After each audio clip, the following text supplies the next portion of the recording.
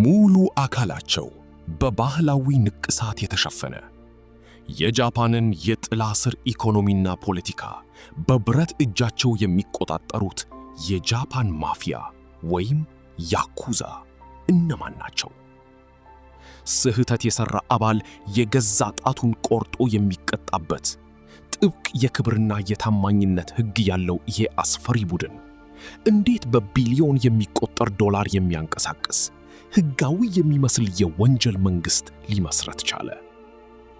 ከጃፓን መንደር ተነስተው ዓለምን ያናወጡት ያኩዛዎች እውነተኛና አስፈሪ ታሪክ አሁን በዝርዝር እንመለከተዋለን።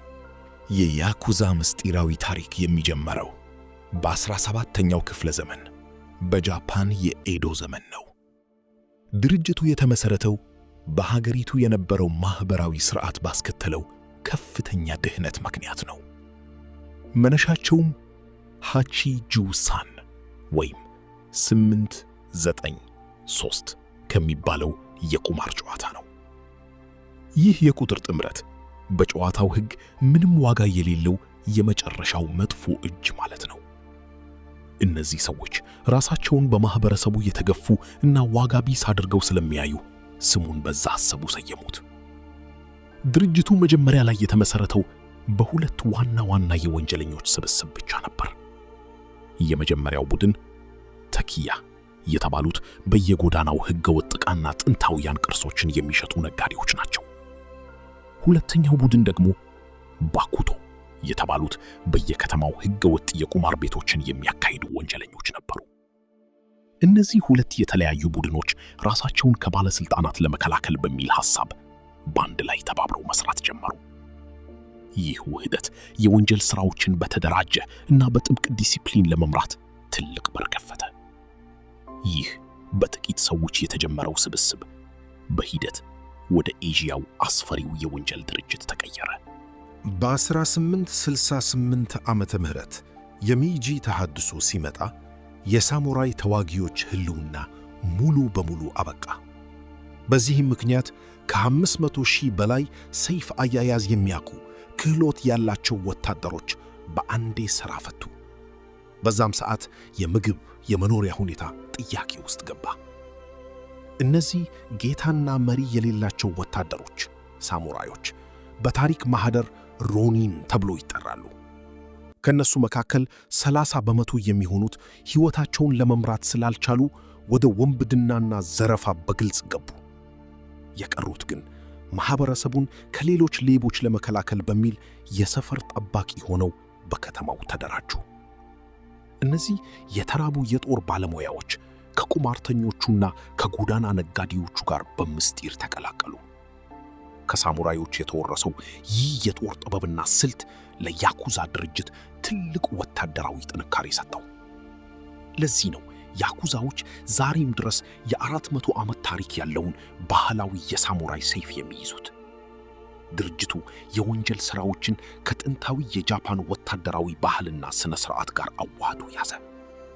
የሳሙራይ ደምና የክብር ሕግጋት በያኩዛ የውስጥ መተዳደሪያ ደንብ ውስጥ በቀጥታ መሥራት ቀጠለ። ይህ ውህደት በጃፓን የታሪክ መድረክ ላይ አስፈሪና ስልታዊ የሆነ አዲስ ኃይል ወለደ። አንድ እውነተኛ ያኩዛ የድርጅቱ ሙሉ አባል መሆኑን ለማሳየት ሰውነቱን በንቅሳት ይሸፍናል። ይህ እጅግ አስደናቂና ጥንታዊ ባህላዊ የቆዳ ላይ ስነ ጥበብ ኢሬዙሚ ተብሎ ይጠራል። ንቅሳቱ የሚደረገው በዘመናዊ ማሽን ሳይሆን ናራ በሚባል የቀርከሃ እንጨትና መርፌ ነው። እነዚህ መርፌዎች በደቂቃ እስከ 120 ጊዜ በሰውነት ቆዳ ላይ በእጅ እየተወጉ ስለሚገቡ በጣም ያማል። ይህንን 70 በመቶ የሰውነት ክፍል የሚሸፍን ከፍተኛ ስቃይ ለመጨረስ እስከ 5 ዓመታት ይፈጃል። አንድ አባል ንቅሳቱን ሙሉ በሙሉ በሰውነቱ ላይ በጨረሰ ቁጥር በቡድኑ ውስጥ ትልቅ ቦታ ይሰጠዋል። ይህ ድርጊት ግለሰቡ ያለውን ስቃይን የመቋቋም አቅምና ለድርጅቱ ያለውን ታማኝነት ያሳያል። በተነቀሰው ቆዳ ላይ ኃይልን የሚወክሉ የጃፓን ድራጎኖች፣ ነብሮች እና ባህላዊ አማልክት ይታያሉ። የጥንት ጀግኖች እና አፈታሪካዊ ፍጥረታት ምስሎችም እንደ ማዕረግ መለያነት በጀርባቸው ይሳሉባቸዋል። ንቅሳቱ ከፊት ከአንገትና ከእጅ አንጓ በስተቀር የሰውነትን ግንድ ሙሉ በሙሉ ይሸፍናል። ይህ በልብስ ተሸፍኖ የሚኖር ምስጢር የያኩዛዎች ትልቁ የድፍረትና የጽናት መገለጫ ኩራት ነው። በያኩዛ የውስጥ ሕግ ውስጥ ስህተት መስራት ወይም የመሪን ትዕዛዝ አለመታዘዝ በራስህ ሞት መፍረድ ማለት ነው። አንድ አባል ትልቅ ጥፋት ካጠፋ ጥፋቱን ለመካስ የራሱን የግራ እጅ ትንሽ ጣት በቢላ ይቆርጣል። ይህ በሹል የሳሙራይ ካታና የሚደረግ አስፈሪና ጨካኝ የቅጣት ሥርዓት ዩቢትሱሜ ይባላል። የተቆረጠውን የጣት ክፍል በንጹሕ ነጭ ጨርቅ ጠቅልሎ ለአለቃው በስጦታ መልክ ያቀርባል። ይህ ድርጊት ጥፋትን በጸጸት አምኖ ይቅርታ ለመጠየቅ የሚደረግ የደምና የሕመም መሥዋዕትነት ነው። ከታሪክ አንጻር የግራ ጣት ስትቆረጥ የሰይፍ አያያዝ 20% ጥንካሬውን ያጣል። ግለሰቡ ሰይፉን አጥብቆ መያዝ ስለማይችል በጦርነት ላይ ብቻውን የመዋጋት አቅሙ በእጅጉ ይቀንሳል። በዚህም ምክንያት ራሱን ከጠላት ለመጠበቅ ሙሉ በሙሉ በአለቃውና በቡድኑ ላይ እንዲደገፍ ያደርገዋል። ሁለተኛ ጥፋት ከተደገመ ደግሞ የቀረው የጣቱ ሁለተኛ ክፍል ወይም ሌላኛው ጣት ይቆረጣል። ይህ አስገዳጅ ሕግ በአባላቱ መካከል ፍጹም የሆነ ታዛዥነትና የብረት ዲሲፕሊንን ፈጠረ። የጎደሉ ጣቶች የአንድን ያኩዛ ወንጀለኛ የስህተትና የታማኝነት ታሪክ በግልጽ ያሳያሉ። ያኩዛዎች እንደ ተራ ወንጀለኛ ቡድን ሳይሆን እንደ አንድ ጥብቅ የደም ቤተሰብ ነው የሚኖሩት። የድርጅቱ የበላይ መሪ ኦያቡን ወይም በጃፓንኛ ቋንቋ የአባትነት ሚና ያለው ተብሎ ይጠራል። በስሩ ያሉ ታማኝ ተከታዮቹና ታጣቂዎቹ ደግሞ ኮቡን ወይም የልጅነት ሚና ያላቸው ይባላሉ። አዲስ አባል ወደ ድርጅቱ በሚቀላቀልበት ጊዜ ሳካዙኪ የተባለ ትልቅ ባህላዊ ሥነ ሥርዓት ይደረጋል። መሪውና አዲሱ አባል ሳኪ የተባለውን የጃፓን ባህላዊ የወይን መጠጥ በአንድ ላይ ይጠጣሉ። ይህ የጋራ መጠጥ ሥነ ሥርዓት በመካከላቸው የማይፈርስ የቃል ኪዳንና የደም ትስስር ይፈጥራል። ከዚያ ቅጽበት በኋላ ልጁ ለአባቱ እስከ ሕይወት ፍጻሜው ድረስ ያለምንም ጥያቄ ለመታዘዝና ለመተግበር ቃል ይገባል። የአለቃ ትዕዛዝ ከገዛ ወላጅና ከአገሪቱ ሕግ በላይ ለያኩዛ አባል ከፍተኛ ክብደት አለው። አባላት እርስ በእርሳቸው እንደ እውነተኛ ወንድማማች ተደጋግፈውና ተከባብረው ይኖራሉ። ለአንድ አባል የተደረገ ጥቃት በጠቅላላው የያኩዛ ድርጅት ላይ እንደመጣ በትልቅ ቁጣ ይቆጠራል። ይህ ጥብቅ የቤተሰብ መዋቅር ነው ለድርጅቱን ለ400 ዓመታት ያህል ሳይፈርስ ጥብቁ እንዲቆይ ያደረገው። የያኩዛ ዓለም 99% በወንዶች የተያዘ ቢሆንም የሴቶች ድብቅ ሚና እጅግ ከፍተኛ ነው። የድርጅቱ ታላቅ አለቃ ወይም የኦያቡን ሕጋዊ ሚስት በክብር ስሟ አኔሳን ትባላለች። ትርጉሙም በጥንታዊው የጃፓን ባህላዊ ቋንቋ ታላቅ እና የተከበረች እህት ማለት ነው። እነዚህ ሴቶች በድርጅቱ የውስጥ መዋቅር ውስጥ ከፍተኛ አክብሮትና ሥልጣን አላቸው። አለቃው ሲታሰር፣ ሲታመም ወይም ሲገደል ቡድኑን በምስጢር የሚመሩት እነዚህ ሴቶች ናቸው። በአባላቱ መካከል ከባድ የሥልጣን ጠብ ሲነሳ በመሃል በመግባት ፍጹም ሰላም ያወርዳሉ። ልክ እንደ ወንዶቹ ሁሉ እነሱም ሰውነታቸውን በድብቅ የኢሬዙሚ ንቅሳት ሙሉ በሙሉ ይሸፍናሉ። የያኩዛን የውስጥ ምስጢር ለመጠበቅ ሲሉ የገዛ ሕይወታቸውን ሳይቀር አሳልፈው ለመስጠት ዝግጁ ናቸው። ከጀርባ ሆነው የድርጅቱን የገንዘብ ግምጃ ቤትና የደመወዝ ጉዳዮችን በጥንቃቄ ያስተዳድራሉ። ያለ አኔሳን ፈቃድና ምክር መሪዎች ትልልቅ የጦርነትና የቢዝነስ ውሳኔዎችን አይወስኑም።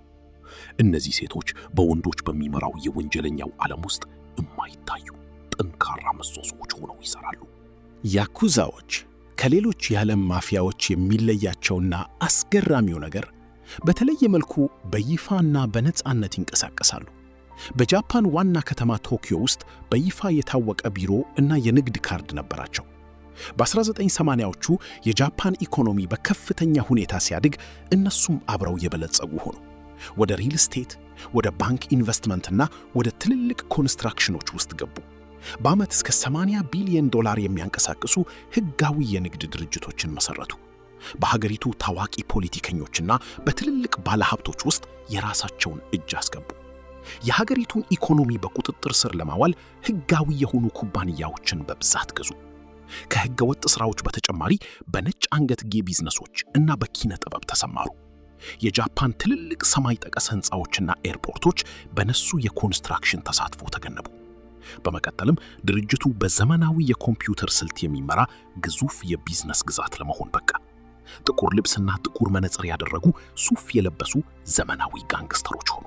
በያኩዛ ታሪክ ውስጥ እጅግ ግዙፉና አደገኛው የወንጀል ስብስብ በገንዘብና በሰው ኃይል ተጠናከረ። ይህ ኅብረት ያማጉቺ ጉሚ በሚባለው ስሙ በመላው ዓለም በሰፊው ይታወቃል። በኮቤ ከተማ የተመሠረተው ይህ ቡድን በታሪኩ ከ40 ሺህ በላይ ንቁ አባላት ነበሩት። በከፍተኛ ወታደራዊ ዲሲፕሊን እና በጥብቅ የወንጀል መመሪያ የሚመራ ቡድን ነው። በመላው የጃፓን የወንጀል ዓለም ላይ ፍጹም የበላይነትንና ቁጥጥርን መያዝ ቻለ። ከአደንዛዥ ዕፅ ዝውውር ጀምሮ እስከ ትልልቅ የቁማር ቤቶች ድረስ በእጁ ይቆጣጠራል። ነገር ግን ይህን ሁሉ ዓመት በሰፊው ይሠራ የነበረውን በ1985 በቡድኑ ውስጥ የሥልጣንና የገንዘብ ክፍፍል ጠብ ተነሳ።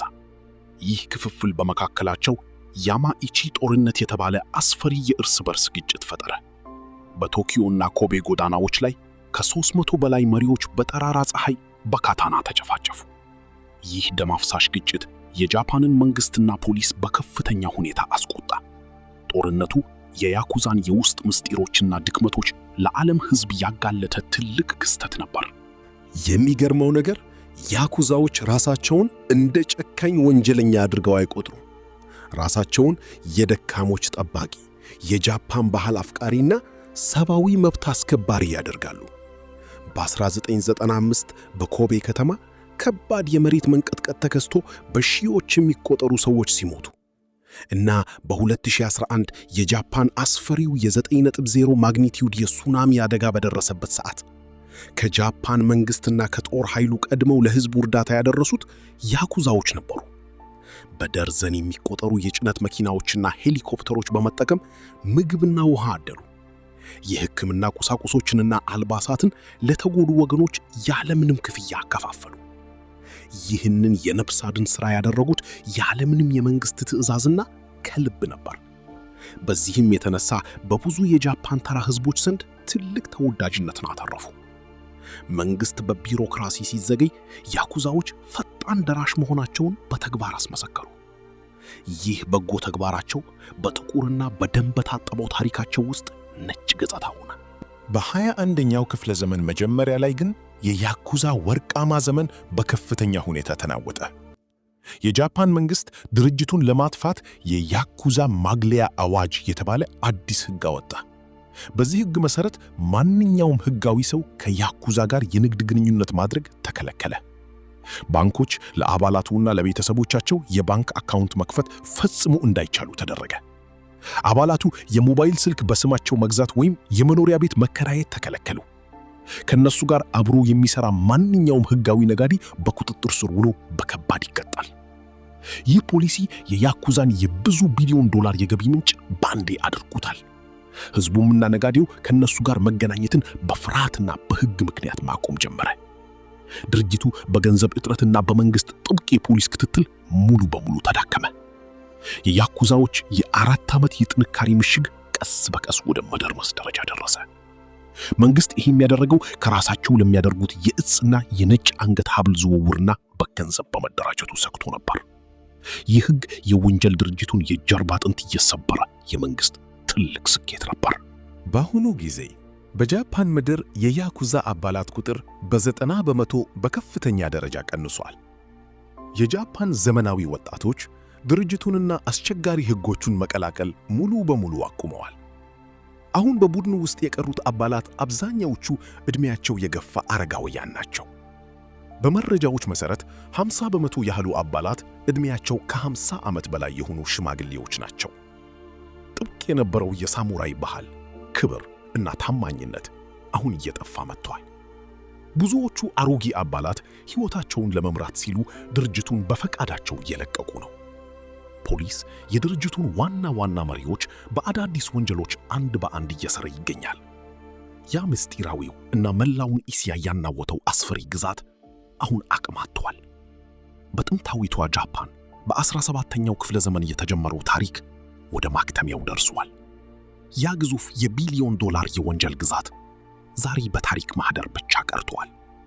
የያኩዛ አስደናቂ ዘመን ለአንዴና ለመጨረሻ ጊዜ በቃላት ሊገለጽ በማይቻል ሁኔታ እያበቃ ይገኛል። ውድ የቻናላችን ቤተሰቦች የዛሬው የያኩዛ ታሪክ ይህን ይመስላል።